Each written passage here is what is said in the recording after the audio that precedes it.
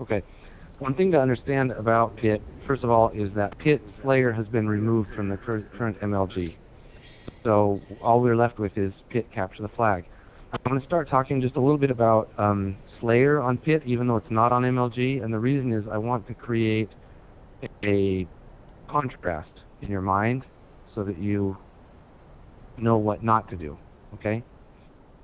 So, first of all, when you play Capture the Flag, pardon me, when you play PIT Slayer, it's important to try to control the other teams over here, over here, over here. So if we were red and we were playing against blue, it would be important for us to control the other team's training, control the other team's S3, and basically this side of the map, the other team's green. And the reason is, when we're standing in these locations, the other team is likely to spawn in S1, they're likely to spawn back in court, and they may spawn in pit. So by standing in these locations, yeah, Mauler, we're going to shoot the crap out of the other team as they spawn, alright? Okay, this is not Capture the Flag, right? This is Slayer. It's a different setup. It's a different concept altogether. Slayer and Capture the Flag are not the same, but you'll still get into MLG, and you'll see guys who, because they go into matchmaking, and they're really good shots, they'll win the game by playing training, by pushing everything customs and training. So you'll see them pull the flag, and they'll either pull the flag across training somehow, by bringing the flag up here and going across training, or they'll pull the flag and they'll go down through this way, and they'll bring it across through bottom customs down here, down through here, and they'll pull the flag that way, okay? And they'll make it work because they're really, really good shots there. They'll slay the other team a ton. The problem with pulling the flag this direction, though, is that it requires like at least one more cycle of slaying, and because there are more spawn points over on this side of the map, it's more likely that as the other team spawns, they're going to spawn near you or around you. So while they can make this work, and you'll see guys make this work, this shouldn't be your bread and butter when you're playing Capture the Flag. Running the flag custom side should not be your bread and butter, okay? I mentioned that to start with as a contrast so that you'll remember what you should do when you're playing Capture the Flag, okay? So just keep that in mind, that strategy is for Team Slayer and not for Capture the Flag. Power weapons, map control, and objective, okay. Power weapons on this map, in version 7, so in version 6, well, that was embarrassing to miss that jump. In version 6, there used to be an evade in long haul, okay? There's no longer an evade. So what are the power weapons and power-ups for this map now in version 7? Custom, under there, rockets there, snipers here. Okay, as it turns out, its position in this map is more important than some of the power-ups and power weapons. So oftentimes what people will do is they'll make a rush, and they'll say, okay, I'm going to send on, this is Capture the Flag, I'm going to send one guy to sniper, we're going to send one guy to duel it out for customs, and then we're going to send the other two to try to get rockets. Or maybe we'll send 3 guys to rockets, 1 guy to get our sniper, and the guy who gets sniper can also sweep down and try to get customs. Okay? The problem with that, let's say that you send people in all those directions, and they're actually successful in acquiring the weapons. Now we've got 1 guy at customs, 1 guy at S1, and 1, or depending on how many people survive the rush for rockets, 1 or 2 guys at rockets. Maybe they both die and the other team gets rockets. But even if we get some of the power weapons and some of the power-ups, nobody is in position to control the map, and nobody is in position to pull the flag. Okay? Even if we're successful in getting all of the power weapons, we're still not in position to pull the flag. So in this case, it actually makes more sense to focus on the rockets. Okay, let's say that the other team gets the sniper rifle, they get their team's sniper rifle, and one of their guys gets customs. But because we send everybody to push for rockets and we get rockets, how is that more important for us, or how is it better for us to have gotten rockets than to have spread ourselves out over the map and tried to get sniper rifle and customs? Here's the thing about the difference between rockets and customs, right? If Jew and I or whoever, somebody goes and gets customs, and we're having a DMR duel, okay, the guy with customs is going to win. But let's say that Jew pushes forward and gets rockets. Okay? Then he pushes this way, and the other guy has got customs, and he meets the other guy with customs somewhere on the map. Like, let's say he pushes forward to get the flag, and the other team's calling out, "Oh, he's pulling flag, he's pulling flag." So the guy with customs goes out there to defend him. How long is the guy with customs going to last against rockets? Right? No different from anybody else. One rocket blast is going to blow the crap out of the guy with customs. So in this case, if we're thinking about this like a game of chess, these rockets are the queen, and the customs, maybe it turns you into a bishop. But you're still going to get smashed by the queen, okay? So while customs is more valuable in Slayer, they're nowhere near as valuable as rockets, okay? So rather than trying to go through in the first cycle and gather up all the power weapons, this is a more efficient push. Let's just talk about quickly how to do it.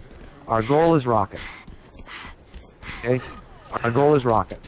What we're going to do is this. We're going to send 2 guys through green to get rockets, okay? So we're going to send 2 guys through green to get rockets. We're going to send 1 guy through long haul to flank. And we're going to send 1 guy through training to flank. And I'm not really good enough to do this, but it's kind of interesting. People who are good enough at jumping, when they flank through training, they'll jump from this wall up onto the top of the yellow dealie there, and I'm not really good enough to do it.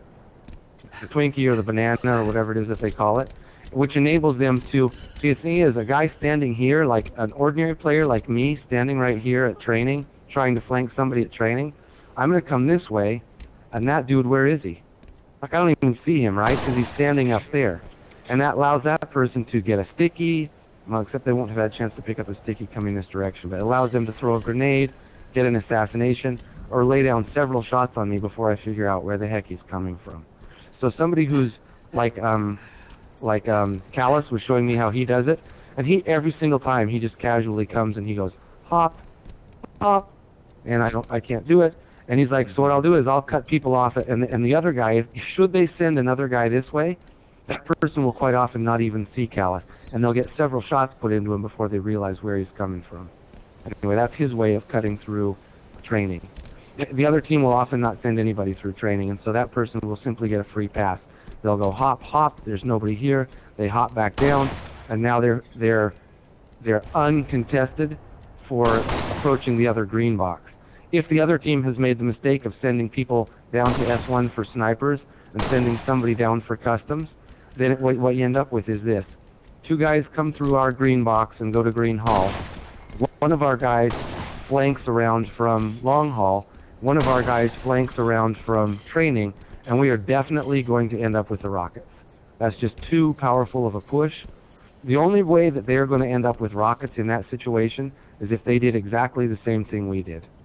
Or if they somehow otherwise send all 4 guys for rockets. But pretty much they have to do exactly what we did in order to end up with rockets. And if they do anything else, if they send anybody anywhere else to get the sniper or to get the customs, we're definitely going to end up with rockets. Okay? And as we just described, rockets are the key to the opening push because the rockets enable you to kill everybody else, right? You'll kill the guy with customs, and then your team will push forward to pick up flag. All right? Any questions about the opening push? All right, let's talk about map control then, okay? There are fewer spawn points on this side of the map. Not many fewer, but some fewer, and part of it has to do with elevations. Anytime you have multiple elevations, a platform, flag, S3, S1, down here in pit, just that greater variety of topography means so that there's a slightly greater density of spawn points on that end of the map. That makes this the safer end of the map to run, okay? So you want the part of the map you want to control is long haul, this part which is people refer to as needles or short haul or red haul, blue haul, but needles, long haul, mauler, elf, flat, green box. But it's all this up here. This is the part of the map you want to control, and you want to force the other team to spawn in their S1, in their training pit, in their courtyard, and down on that end of the map. Okay? So The most crucial spot to control is Mauler. Not here, but Mauler. Okay? So you have a guy push forward into Mauler, and he needs to hold this position. By holding this position, he forces the algorithms to spawn people further down that way on the map. Okay? So this is a super important position to control on the map. If this guy should wander over this way very far at all, the other team will actually spawn in Mauler right behind him. Okay, so he can't merely be vaguely somewhere here on this side of the map. I mean, in Capture the Flag, a lot of people will try to put somebody out here. Maybe, maybe after the first cycle of slaying or whatever, somebody will get the sniper rifle, and they'll try to be shooting down that way. Okay, once again, that's Slayer. That's not Capture the Flag. If you get very far out on this side of the map here, somebody will spawn in Mauler behind you, and you won't live very long. Okay, so. One important position, super important position to control is Mauler. And then another really important position to control is green box. Okay, so you're going to have somebody here in green box, and that person is going to be laying down fire at S1 and port, calling out positions, fire, throwing grenades, and that kind of thing. Okay. The next person that you have is almost a luxury. You don't really, it's not super necessary. You can actually pull the flag on this game type with 3 people. But so if your 4th person is dead, you can go ahead and pull the flag. That's okay. But if you have if your 4th guy, like in a perfect world, your 4th guy is alive, that person, you'd keep him here on plat, and he would once again be laying down fire this direction and helping the guy at green box. All right? And then the 4th guy pulls. Grabs the flag, pulls the flag. And the direction you want to pull the flag is this side of the map. You either want to pull it long haul, or you want to pull it green haul, depending on how many people on the other team are dead. Okay, but you want to pull the map this direction. By pulling the flag either across long haul, or depending on how many of them are dead, if you're way up on kill count, you can come through here. But by pulling the flag this way, you're covered. There are no lines of sight to you. You're covered by the buildings, the walls. Okay, they're covering you. Right? So, rinse and repeat. You try to control those areas of the map. The guy back here in Mauler, he's always going to be pushing the back button. So he's back here in Mauler. He's laying down shots if the other team should come this way, but he's always returning to Mauler to make sure nobody spawns behind him. And he's always pushing the back button to see how much of the other team has spawned. When most of them have spawned, let's say that one of them is left to spawn, or maybe all of them have spawned, then he can leave Mauler and begin escorting the flag carrier and engaging in the battle back this way. But if he leaves green box too early, somebody from the other team, like let's say that they're 3 down, and his guy starts to pull the flag, and he goes, "Woohoo, they're 3 down," and he starts to escort the flag carrier. As many as 2 or 3 people can spawn flag and Mauler, and you're going to have a much, much harder time. You're going to have to go through another cycle of slaying to get the flag back. Whereas if he just hangs out here and pushes the back button and watches the other team respawn, even though he may hear gunshots elsewhere on the map and realize the other team has started fighting, if he waits until most of the other team has respawned before joining them, what he'll end up doing is forcing the other team to spawn down on this other side of the map, which will make returning the flag much easier. Alright? Okay, so here's a question. Where is the weakest spot on the map for the team carrying the flag as they bring the flag back toward their side? Where's their weak spot? They've got the flag, they're bringing it this way. Where is the spot that they already know they're going to need to concentrate fire when they get to the other side of the map? Idea? Enemy training, right?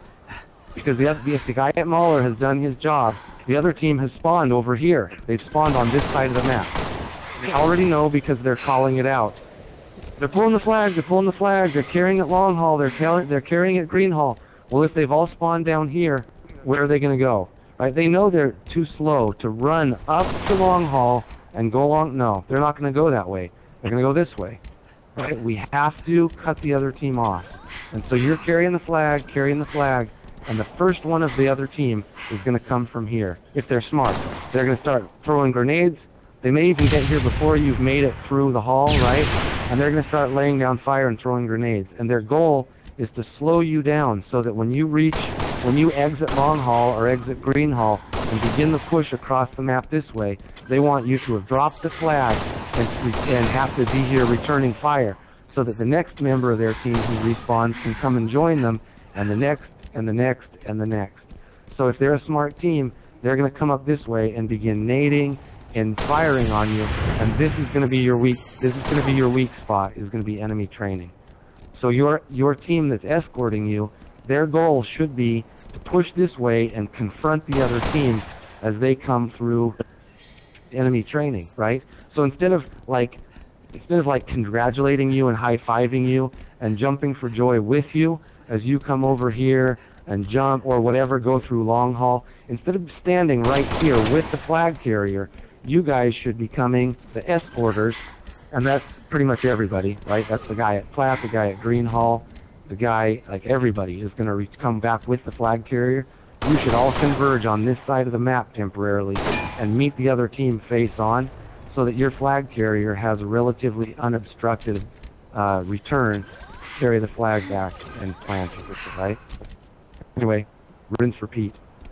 That's the opening push for rockets. Map control involves green box, Mauler, Plat, and pulling the flag. The route to pull the flag is long haul or green haul, and the weak side is training side.